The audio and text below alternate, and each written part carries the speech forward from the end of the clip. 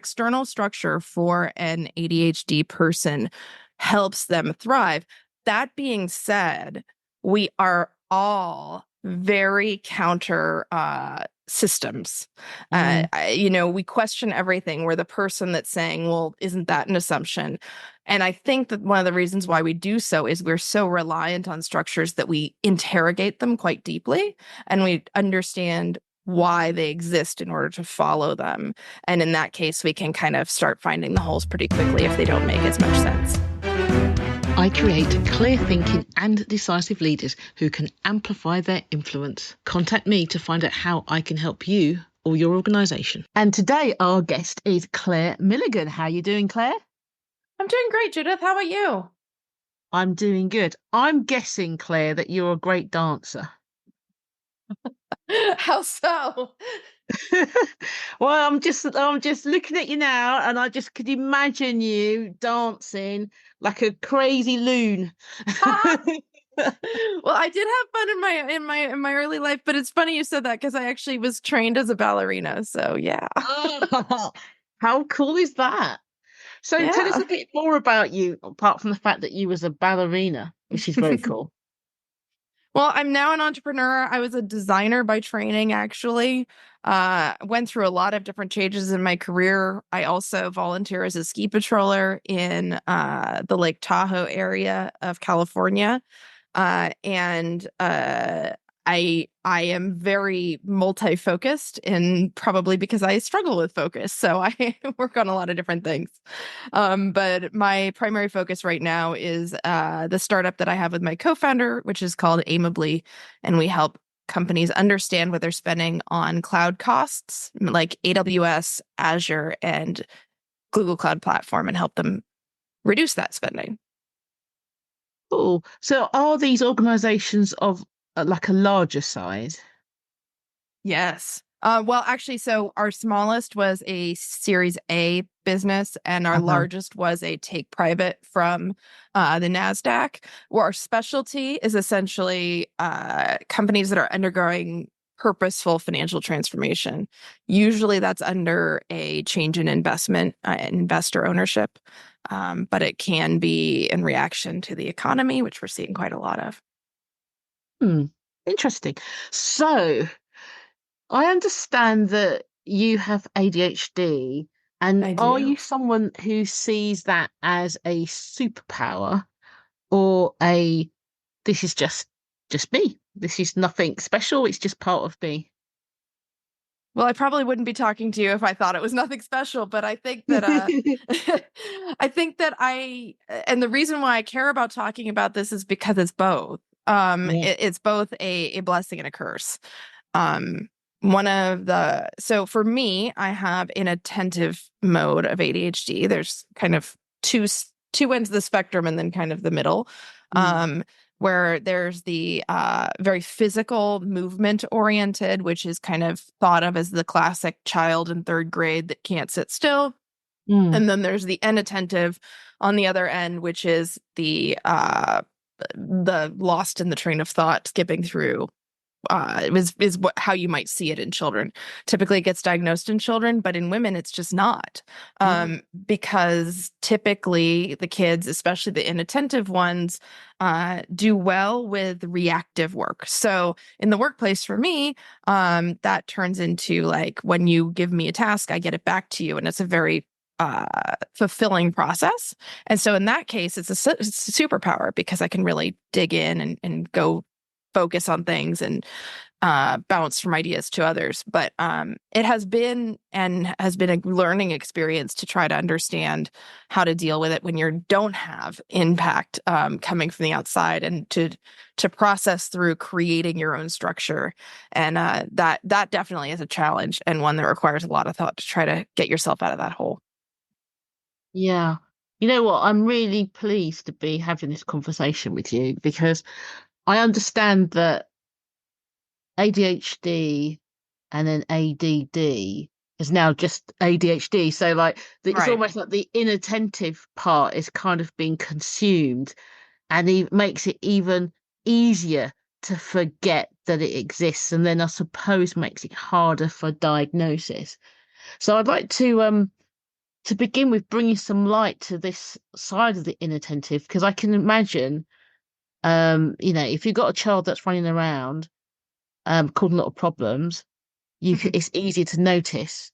But if someone's just lacking of focus, then it can be read as that's just either they're a daydreamer or they're just not caring.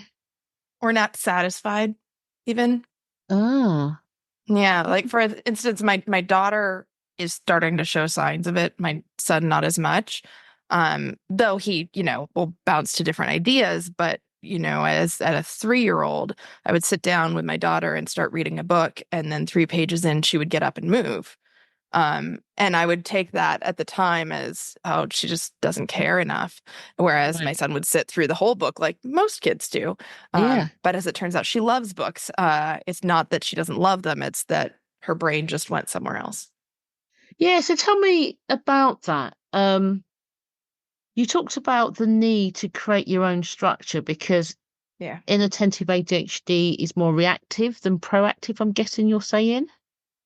Yeah. So what happens is that our brains and how they manifest is different, but how ADHD brains are different is we consume and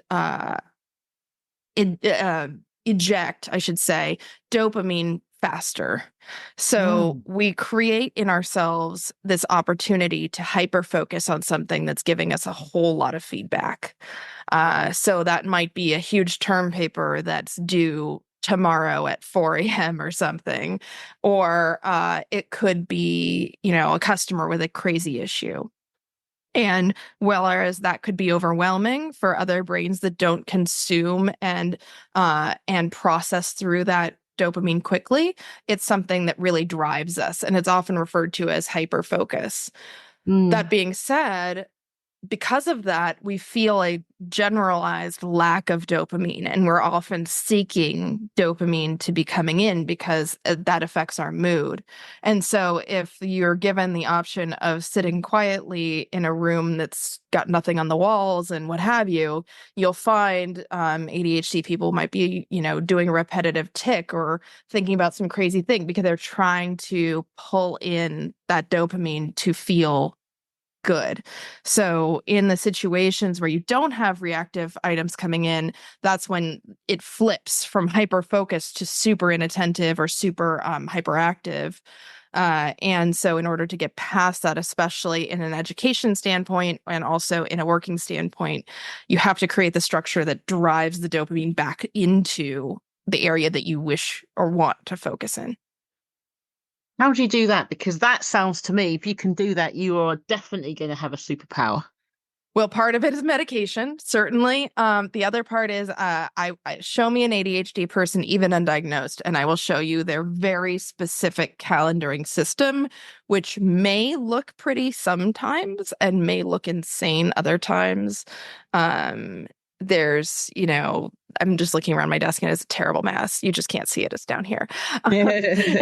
And there's Post-its and there's a system and there's, I have different levels of priority where if it's in a browser tab, I won't forget about it. And if it's over here in my notepad, it's just like a stream of consciousness. And if all else fails, it gets written on my hand. So there's definitely structures that through time you have to start building for yourself because you feel the consequences of having not done that very quickly. Missed deadlines or failed opportunities or different things like that you really wanted and wished to deliver on. Okay. So I know somebody who has inattentive ADHD and they will get super focused or hyper Mm-hmm. focused in scheduling, setting up a Mm-hmm. calendar and the schedules, and it'll be all pretty. Spent a long time with it, and it's pretty, lots of different colours and little drawings on it, and they'll do it for 3 days max. Mm-hmm. And then there'll be one day they don't do it, and after that, it's impossible to go back and do it again. I would And like to introduce you to my notebook for the year that is absolutely empty. so Yes. how it's just like they really, really, really, really want to do the calendar thing, and it really, really, really, really helps. But then if Yep. there's any time that streak of using it stops for whatever reason, they can't get back to it. So is there a solution to that? Because it seems to drive so much frustration and so much upset when it doesn't work. So how can I help? Oh, that's a great point. I think that the complexity of the system Right. can be the object of the hyperfocus. And also, many of us feel very down on ourselves when Mm. we can't be what we see as the perfect version of ourselves, which is the hyperfocus version.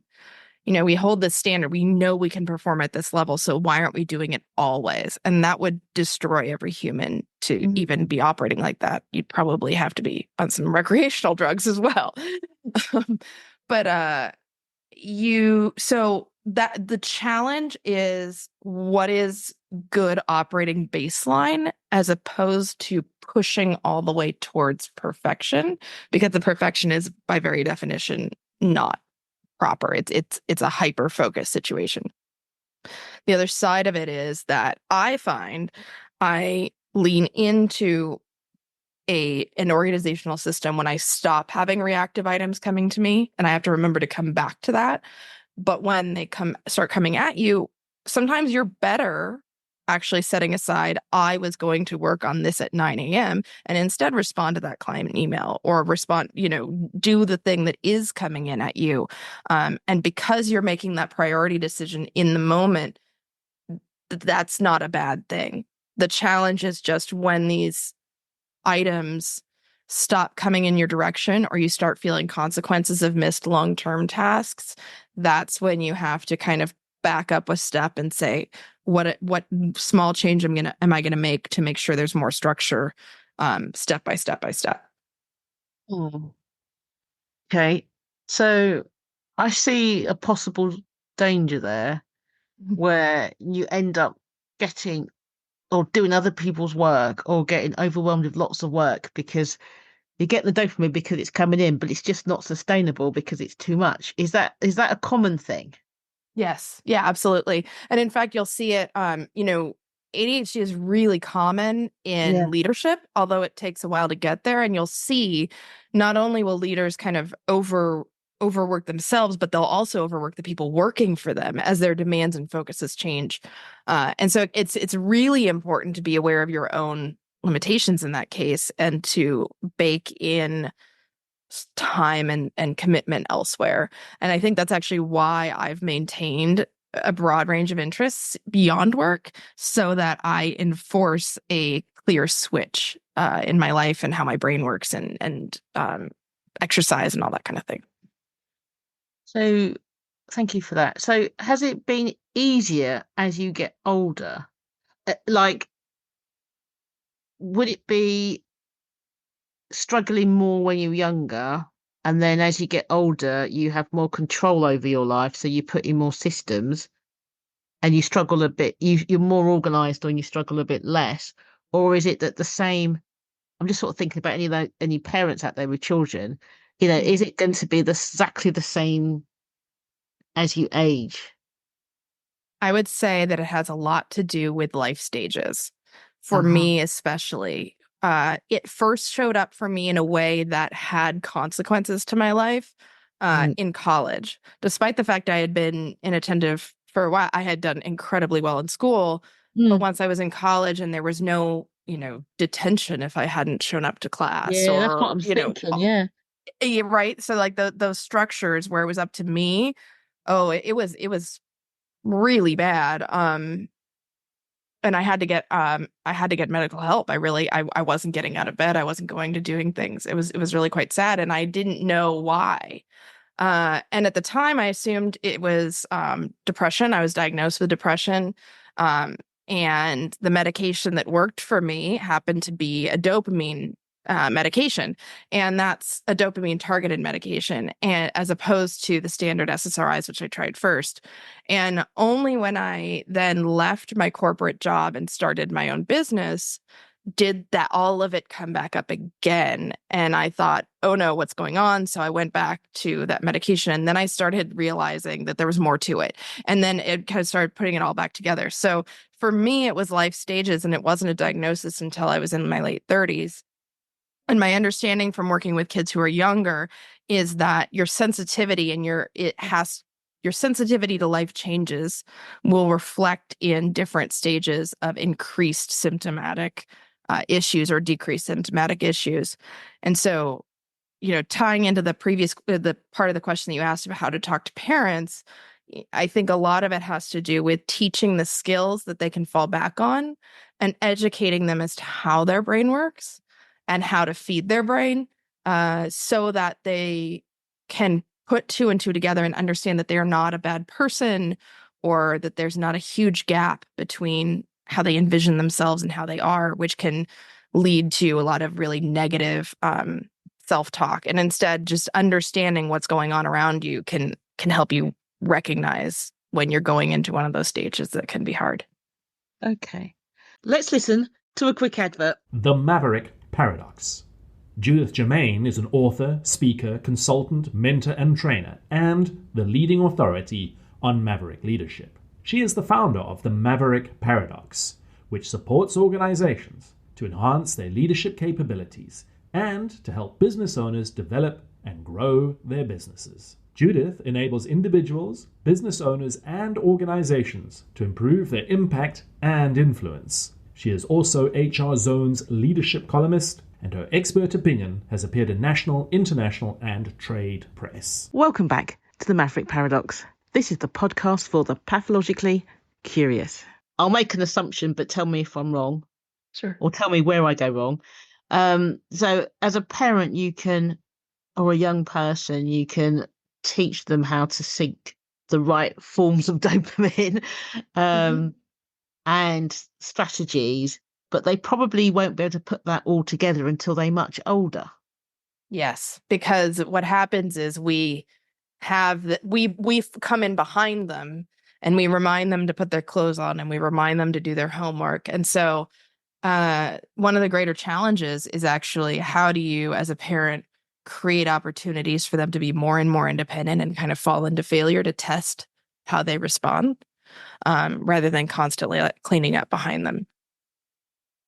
This is useful stuff. I'm glad. This is really good.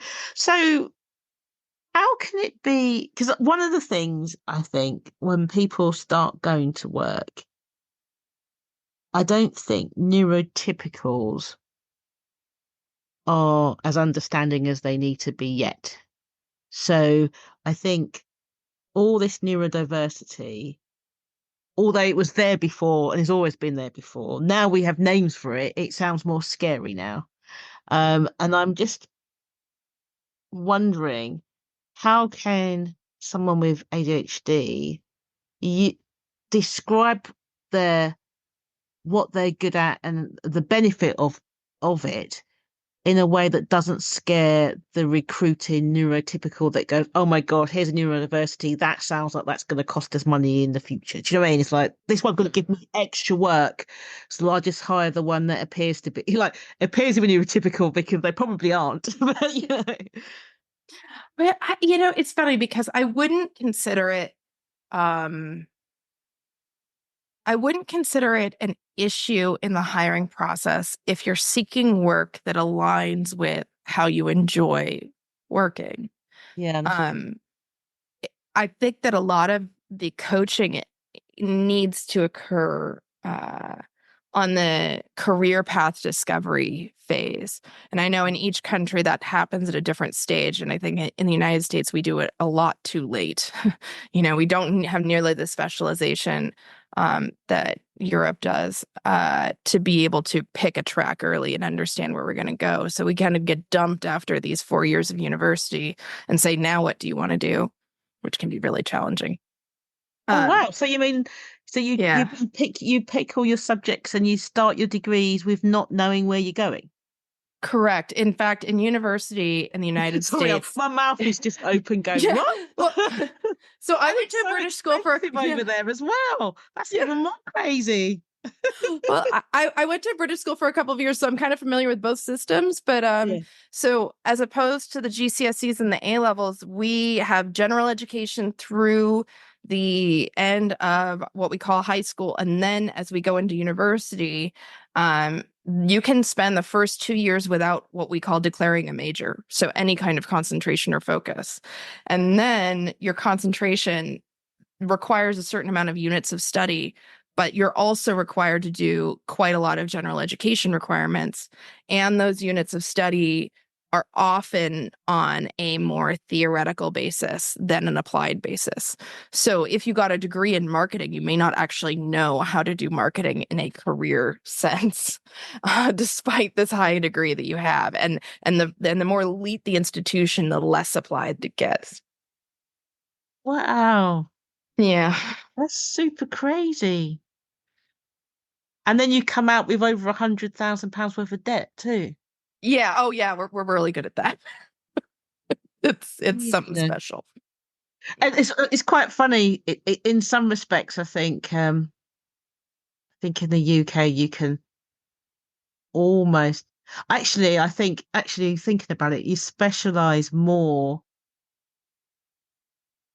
you focus up more as you go through your education, but you have, I mean, like now in what we would call high school, you would have conversations on career at a very early age, year 8. So what, 12, 13? About 13, Right. you're starting the Yeah. conversations of let's just go around, look at some universities, you have an idea of what kind of things are out there. So Right. so does the US system work better for an ADHD No. person? Worse? It's I probably would say worse, isn't it? worse. Worse. Yeah. For sure. Yeah. I did year 8 and year 9 in a British school, and I completely understand the difference. And I remember being shocked at the focus. And I remember I had this teacher who approached my parents and said, "You need to pursue a career in maths for your daughter." And my parents are going, "She is far too young. Why are we talking about this?" So it was very, a culture clash, right? Yeah. But at the same time, I think that it's true. A structure, an external structure for an ADHD person helps them thrive. That being said, we are all very counter systems. Mm. We question everything. We're the person that's saying, well, isn't that an assumption? And I think that one of the reasons why we do so is we're so reliant on structures that we interrogate them quite deeply, and we understand why they exist in order to follow them. And in that case, we can kind of start finding the holes pretty quickly if they don't make as much sense. No, I think that is a really valuable skill to have, which is not surprising being a maverick because I like rules There you either. go. But it certainly makes sense to me, because how do you make improvements in something if you haven't tested the current system? Yes, absolutely. And I think that there's a willingness that we have to take some time to go and do it, because it becomes one of those moments of hyper focus, and it just drives so much positive feedback to ourselves when we accomplish these things, that we can kind of come back and say, oh, this operating model, or this in our case, or even how I got to be doing what I was doing, is I was running a business and we needed to make what was previously a growth company into a cash cow in the tech world. And the one expense I could not understand was cloud hosting. And so I went super deep, super fast, brought my co-founder along with me and said, let's figure this out. We figured it out for that business and then went on to create our own. But the conventional wisdom is, well, we need to spend this. There's no questions about this. And so, taking the time to really have fun and go deep is something that really helps really helps a business to have somebody like me with that kind of brain. I suppose if you have something that makes you not fit in, you're more likely to interrogate the system to find out how to fit in, and then discover you might not want to fit in. But because I'm just thinking about whether that's down to a gender difference, a racial difference, a neurodiversity difference, all those that stand out to be different, interrogates the system first to see whether it's something it's possible to fit into, and then whether they want to Absolutely. fit in. Yeah. Yeah, and if you think about, what Kimberly Crenshaw talks about with intersectionality, the more of those differences you layer on top, the more perspective you have from the typical operation standpoint that allows you to say, should I really be pursuing matching that, or should I take my own route elsewhere? Makes a lot of sense. So tell me if this is just a stereotype or not. That ADHD, people with ADHD are really focused on things they enjoy doing. But if it's something they don't enjoy doing, then they're not going to be doing it. Is that a stereotype? Is there some truth to that? Or is it just the same as any other human being? It's far more than any other human being. But I will add on top of that, there are things that we love and enjoy doing, but sometimes struggle to get started on as well. Yes, now this I have heard. So I'm interested in how can so it's a two-part question. So how can the individual who wants to do something that can't start, how did they get on and do it if it's at all possible? And then the other question is how would an employer recognize that's a problem and then help without just getting frustrated? Yeah. Well, I've been reading recently, and there's a new theory out there that says that if you get started on something else, it actually gets you started on the thing that you can't start. And that seems very counterintuitive. But the theory is that oftentimes we get stuck on having a question that we don't quite know how to answer and don't know how to approach. And instead of just going and doing it as best we can, sometimes we don't want to do that because it drives a discomfort and a dissatisfaction because we haven't understood completely what it is. And what I find in my own experience that supports this theory is that as I'm doing something else, my mind meditates in the back on whatever it is I'm stuck on. So, going out and walking the dog, all of a sudden I know what I should do for work. Or taking a shower is a huge one for me. And I know that sounds odd because it says step away from the desk and do something in your personal life. And that seems very counterintuitive to a business sense. I think that if you're going to encourage people in these situations, there's two sides as a manager that I think that you need to think about. The first is finding out where the blocks are and helping them to answer those, because that could inform you. You could discover that they're stuck on something that's actually a fundamental operating issue with your business. And they're picking up on it in a way that you may not have. So that informs both you and helping them walk through it. But then the other side is getting somebody unstuck has a lot to do with just getting them into another task. If you can't finish over here, move over there, but keep track of where you haven't finished, and come back, would be my advice. And then finally, it's just encouraging them to focus on roles and responsibilities that continue to have external input and responsiveness than having to build it on their own. Okay, thank you for that. That's really useful. What could, because I wonder whether, so I wonder whether the individual wants to do something, struggles to get started, so does something else, but then forgets the first thing and never comes back. So it doesn't, what's the best way? Like saying, put a timer on the other on the task you've gone to do to come back to or I don't know. This is why I have a messy desk, to be honest with you. So, for example, I have a shirt over here on the corner of my desk that I bought not that long ago, probably longer than I'm wanting to admit, and I need to return it because it doesn't fit. But my printer is not currently connecting to Wi-Fi, and I'm not sure why. And I don't know how to go about fixing that. And in order to return this, I need a return label, and I need to print it out. And I would like to fix my printer, although I could go and get it printed somewhere else. So this T-shirt is sitting on my desk as this reminder that I need to fix the Wi-Fi in my printer. And I think that a lot of people are frustrated by having the T-shirt there.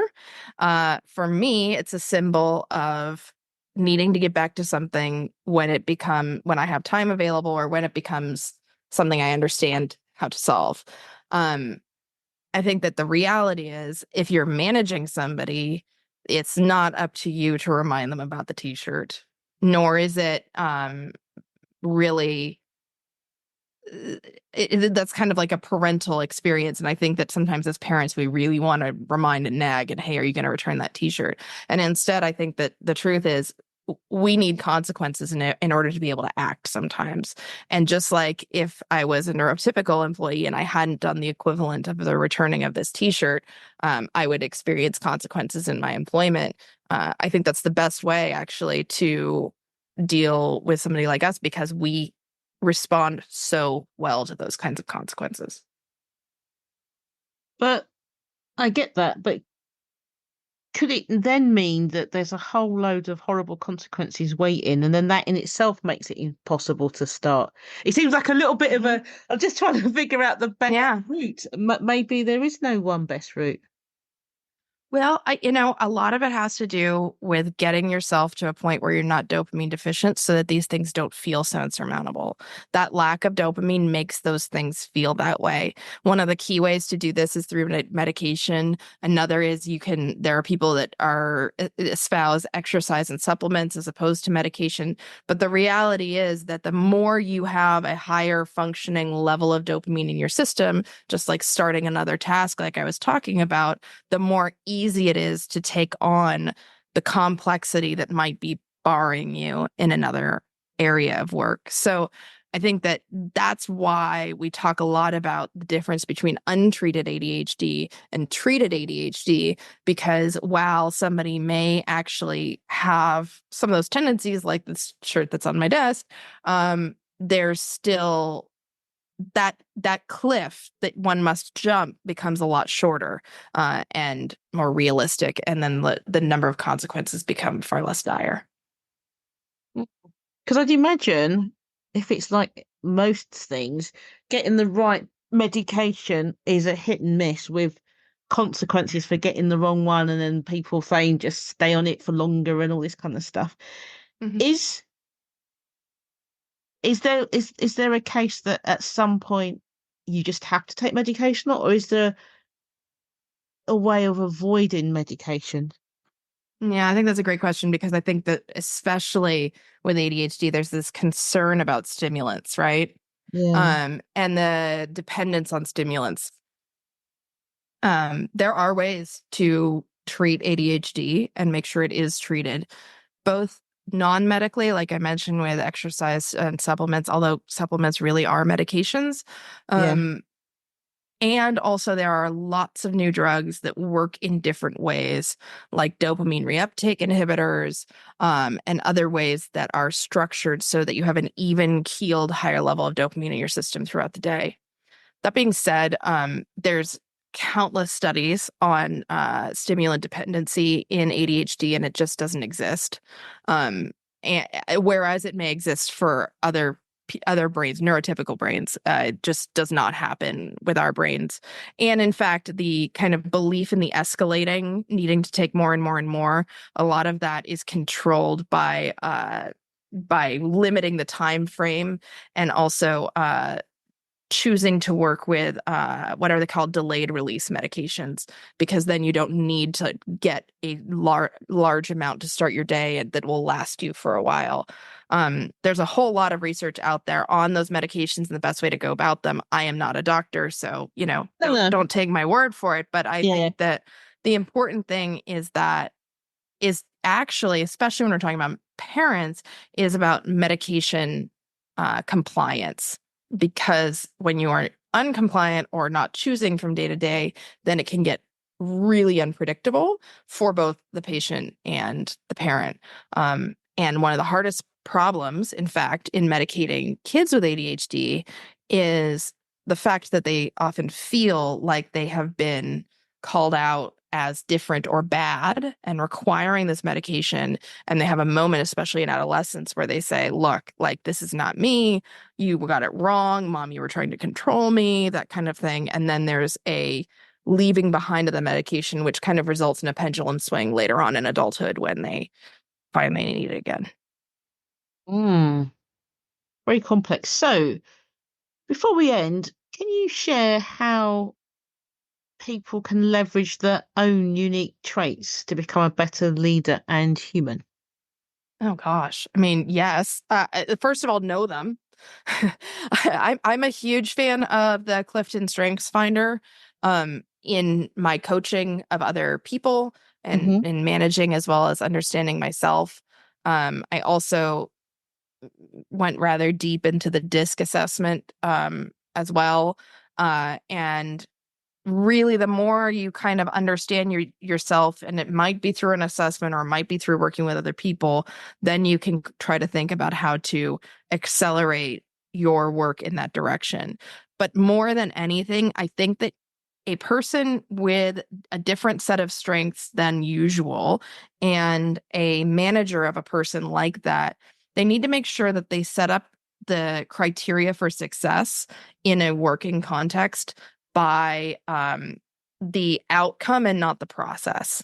A lot of times we feel really constrained by executing along the lines of strengths that other people have, or really trying to build up those qualities that we don't necessarily have and are very hard to do. And we get stuck there. And so whether or not I build a spreadsheet to accomplish this task, or I go and do a lot of research in another way and calculate my response in a different way, it doesn't matter ultimately if the quality of the work product is good. So I really encourage people to say, when I'm evaluated on the process, I will run into trouble, and I will have to renegotiate what that process looks like in order to take advantage of my strengths. Okay, then, thank you. So, I think it's fair to say that neurodiversity is not a disadvantage in the world. The fact that there are groups and groups of people who think differently adds an enrichment that you don't get if everybody was thinking the same. And also that ADHD is not something to fear. It's not always going to be men running around doing crazy stuff.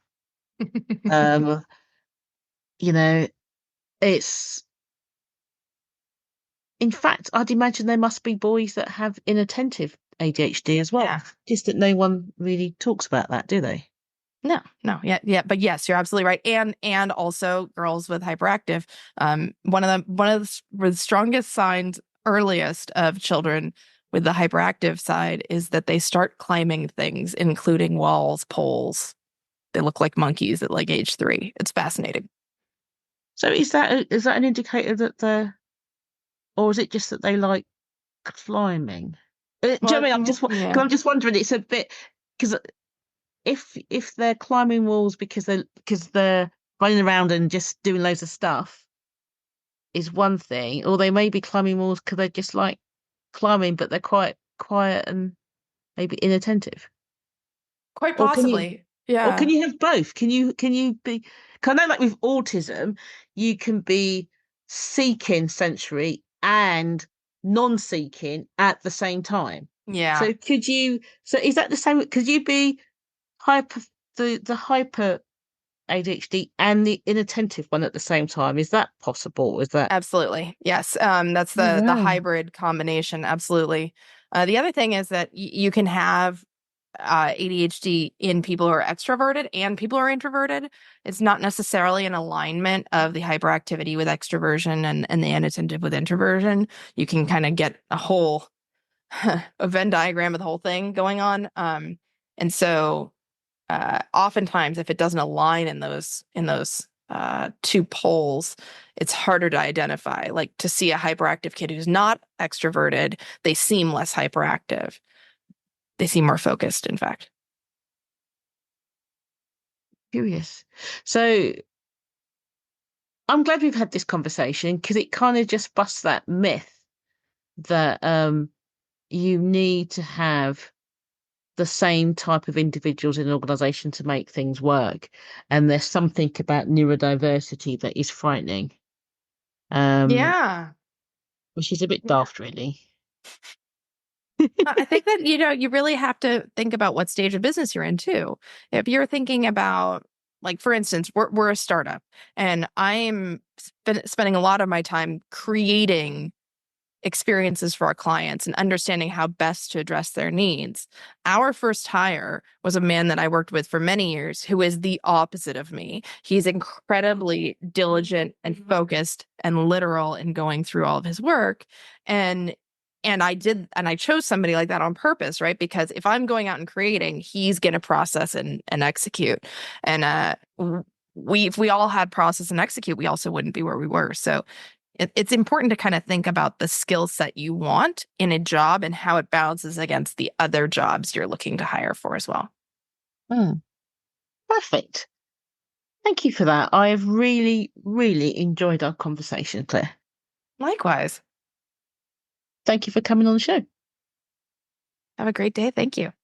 Thank you. And thank you out there for tuning in to the Maverick Paradox podcast. I am Judith Germain, your host, and I hope you've enjoyed today's conversation.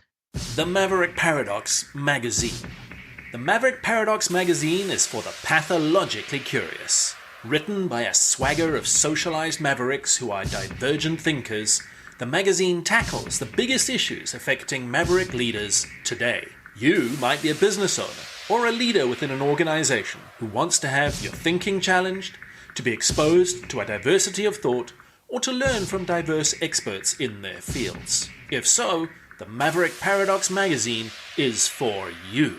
Join the swagger at themaverickparadox.com and engage in the conversation.